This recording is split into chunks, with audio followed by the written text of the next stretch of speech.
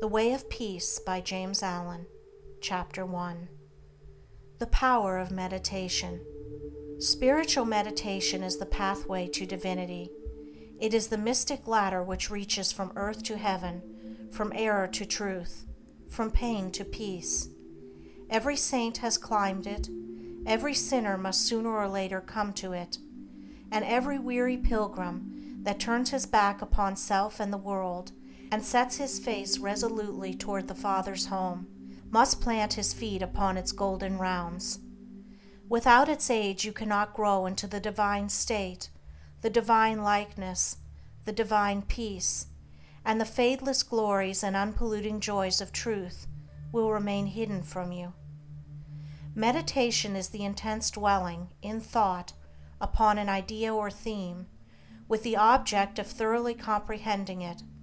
And whatsoever you constantly meditate upon, you will not only come to understand, but will grow more and more into its likeness, for it will become incorporated into your very being, will become, in fact, your very self. If, therefore, you constantly dwell upon that which is selfish and debasing, you will ultimately become selfish and debased. If you ceaselessly think upon that which is pure and unselfish, you will surely become pure and unselfish.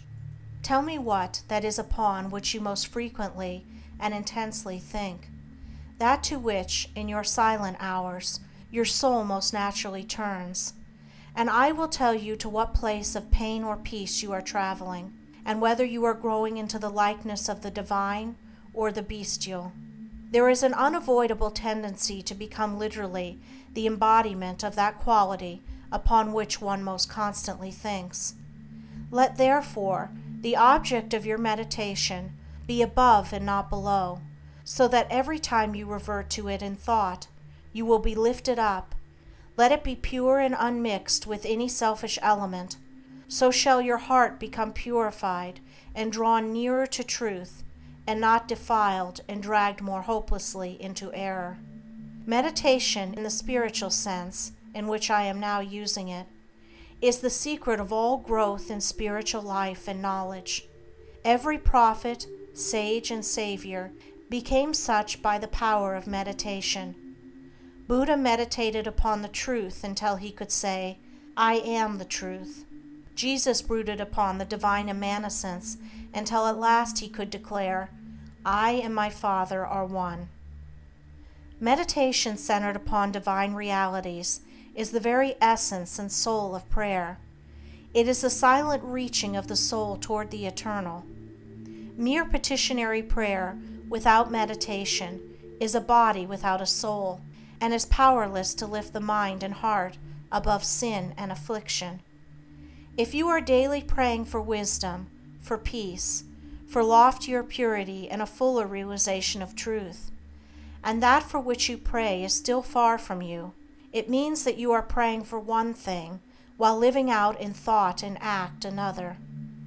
If you will cease from such waywardness, taking your mind off those things the selfish clinging to, which debars you from the possession of the stainless realities for which you pray, if you will no longer ask God to grant you that which you do not deserve, or to bestow upon you that love and compassion which you refuse to bestow upon others, but will commence to think and act in the spirit of truth, you will day by day be growing into those realities, so that ultimately you will become one with them. He who would secure any worldly advantage must be willing to work vigorously for it, and he would be foolish indeed who waited with folded hands, expected it to come to him for the mere asking. Do not then vainly imagine that you can obtain the heavenly possessions without making an effort. Only when you commence to work earnestly in the kingdom of truth will you be allowed to partake of the bread of life, and when you have, by patient and uncomplaining effort, earned the spiritual wages for which you ask, they will not be withheld from you. If you really seek truth, and not merely your own gratification, if you love it above all worldly pleasures and gains, more even than happiness itself, you will be willing to make the effort necessary for its achievement. If you would be freed from sin and sorrow, if you would taste of that spotless purity for which you sigh and pray, if you would realize wisdom and knowledge, and would enter into the possession of profound and abiding peace, come now and enter the path of meditation, and let the supreme object of your meditation be truth. At the outset, meditation must be distinguished from idle reverie. There is nothing dreamy and unpractical about it. It is a process of searching and uncompromising thought, which allows nothing to remain but the simple and naked truth. Thus meditating, you will no longer strive to build yourself up in your prejudices, but forgetting self, you will remember only that you are seeking the truth. And so you will remove, one by one, the errors which you have built up around yourself in the past, and will patiently wait for the revelation of truth, which will come when your errors have been sufficiently removed. In the silent humility of your heart, you will realize that there is an inmost center in us all, where truth abides in fullness and around. Wall upon wall, the gross flesh hems it in, this perfect, clear perception, which is truth. A baffling and perverting carnal mesh blinds it and makes all error, and to know, rather consists in opening out a way whence the imprisoned splendor may escape, thus in effecting entry for a light, supposed to be without. Select some portion of the day in which to meditate, and keep that period sacred to your purpose. The best time is the very early morning, when the spirit of repose is upon everything. All natural conditions will then be in your favor. The passions, after the long bodily fast of the night, will be subdued. The excitements and worries of the previous day will have died away, and the mind, strong and yet restful, will be receptive to spiritual instruction. Indeed, one of the first efforts you will be called upon to make will be to shake off lethargy and indulgence, and if you refuse you will be unable to advance, for the demands of the spirit are imperative. To be spiritually awakened is also to be mentally and physically awakened. The sluggard and the self-indulgent can have no knowledge of truth. He who, possessed of health and strength, wastes the calm, precious hours of the silent morning in drowsy indulgence, is totally unfit to climb the heavenly heights. He whose awakening consciousness has become alive to its lofty possibilities, who is beginning to shake off the darkness of ignorance in which the world is enveloped, rises before the stars have ceased their vigil, and grappling with the darkness within his soul, strives, by holy aspiration, to perceive the light of truth while the unawakened world dreams on. The heights by great men reached and kept were not attained by sudden flight, but they, while their companions slept, were toiling upward in the night. No saint, no holy man, no teacher of truth ever lived who did not rise early in the morning. Jesus habitually rose early and climbed the solitary mountains to engage in holy communion. Buddha always rose an hour before sunrise and engaged in meditation, and all his disciples were enjoined to do the same. If you have to commence your daily duties at a very early hour, and are thus debarred from giving the early morning to systematic meditation, try to give an hour at night, and should this, by the length and laboriousness of your daily task, be denied you, you need not despair, for you may then turn your thoughts upward in holy meditation in the intervals of your work, or in those few idle minutes which you now waste in aimlessness. And should your work be of that kind which becomes by practice automatic, you may meditate while engaged upon it. That eminent Christian saint and philosopher, Jacob Boehme, realized his vast knowledge of divine things whilst working long hours as a shoemaker. In every life there is a time to think, and the busiest, the most laborious, is not shut out from aspiration and meditation. Spiritual meditation and self-discipline are inseparable, if you will. Therefore, commence to meditate upon yourself so as to try and understand yourself. For remember, the great object you will have in view will be the complete removal of all your errors in order that you may realize truth. You will begin to question your motives, thoughts, and acts, comparing them with your ideal, and endeavoring to look upon them with a calm and impartial eye. In this manner, you will be constantly gaining more of that mental and spiritual equilibrium, without which men are but helpless straws upon the ocean of life.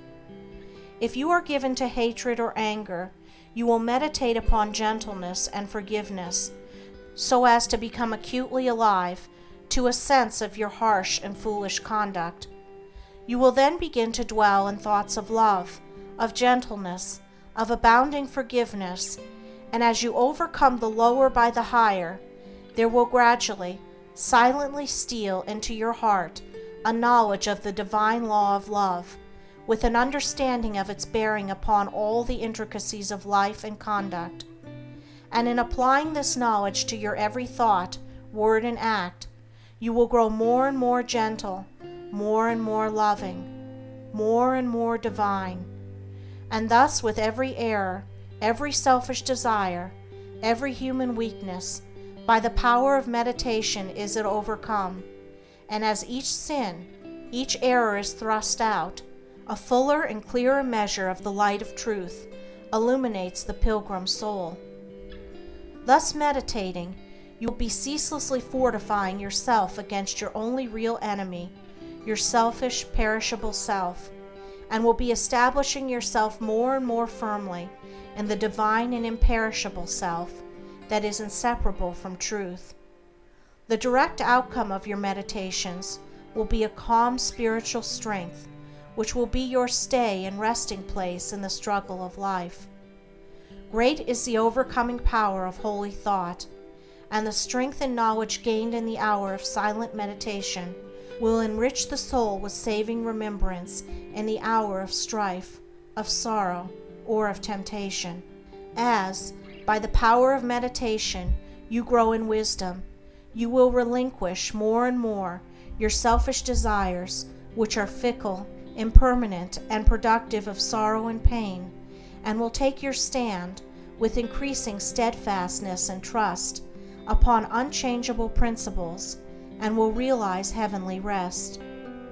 The use of meditation is the acquirement of a knowledge of eternal principles, and the power which results from meditation is the ability to rest upon and trust those principles, and so become one with the eternal. The end of meditation is, therefore, direct knowledge of truth, God, and the realization of divine and profound peace.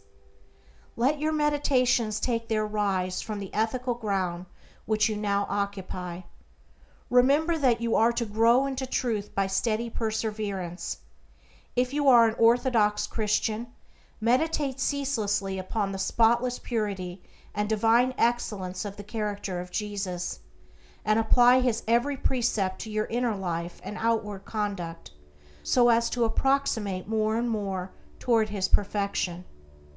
Do not be as those religious ones who, refusing to meditate upon the law of truth and to put into practice the precepts given to them by their master, are content to formally worship, to cling to their particular creeds, and to continue the ceaseless round of sin and suffering.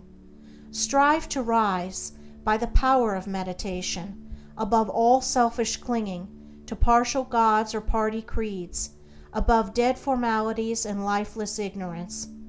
Thus walking the highway of wisdom, with mind fixed upon the spotless truth, you shall know no halting place short of the realization of truth. He who earnestly meditates first perceives a truth, as it were, afar off, and then realizes it by daily practice. It is only the doer of the word of truth that can know the doctrine of truth. For though by pure thought the truth is perceived, it is only actualized by practice. Said the divine Gautama, the Buddha, He who gives himself up to vanity and does not give himself up to meditation, forgetting the real aim of life and grasping at pleasure, will in time envy him who has exerted himself in meditation, and he instructed his disciples in the following 5 great meditations.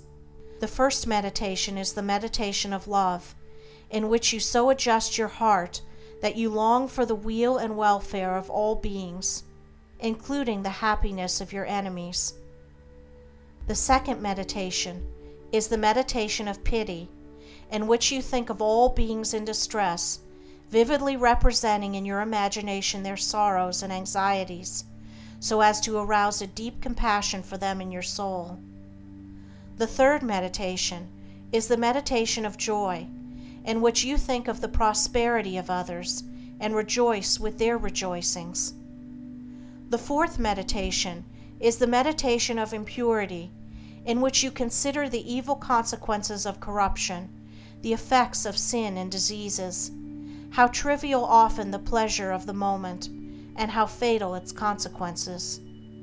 The fifth meditation is the meditation on serenity, in which you rise above love and hate, tyranny and oppression, wealth and want, and regard your own fate with impartial calmness and perfect tranquility.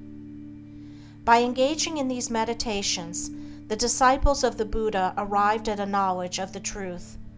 But whether you engage in these particular meditations or not matters little, so long as your object is truth, so long as you hunger and thirst for all that righteousness which is a holy heart and a blameless life. In your meditations, therefore, let your heart grow and expand with ever-broadening love, until freed from all hatred and passion and condemnation, it embraces the whole universe with thoughtful tenderness. As the flower opens its petals to receive the morning light, so open your soul more and more to the glorious light of truth. Soar upward upon the wings of aspiration, be fearless, and believe in the loftiest possibilities. Believe that a life of absolute meekness is possible. Believe that a life of stainless purity is possible. Believe that a life of perfect holiness is possible. Believe that the realization of the highest truth is possible. He who so believes climbs rapidly the heavenly hills, whilst the unbelievers continue to grope darkly and painfully in the fog-bound valleys. So believing, so aspiring, so meditating, divinely sweet and beautiful will be your spiritual experiences, and glorious the revelations that will enrapture your inward vision. As you realize the divine love, the divine justice, the divine purity, and the perfect law of good or God, great will be your bliss and deep your peace. Old things will pass away, and all things will become new. The veil of the material universe, so dense and impenetrable to the eye of error, so thin and gauzy to the eye of truth, will be lifted, and the spiritual universe will be revealed. Time will cease, and you will live only in eternity. Change and mortality will no more cause you anxiety and sorrow, for you will become established in the unchangeable, and will dwell in the very heart of immortality.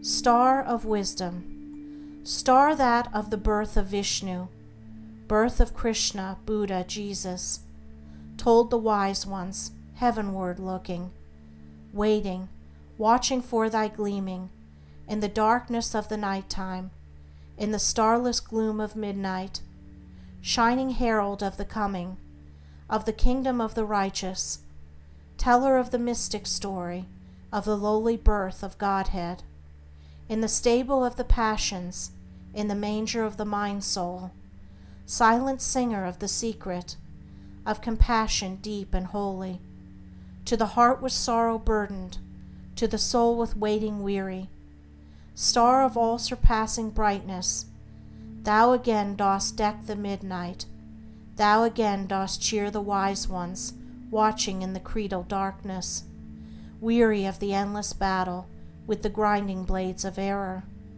tired of lifeless, useless idols, of the dead forms of religions, spent with watching for thy shining. Thou hast ended their despairing, thou hast lighted up their pathway. Thou hast brought again the old truths to the hearts of all thy watchers.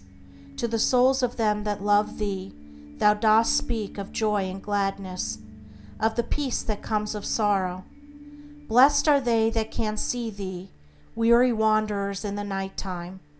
Blessed they who feel the throbbing, in their bosoms feel the pulsing, of a deep love stirred within them by the great power of thy shining. Let us learn thy lesson truly, learn it faithfully and humbly, learn it meekly, wisely, gladly. Ancient star of holy Vishnu, light of Krishna, Buddha, Jesus. End of chapter 1.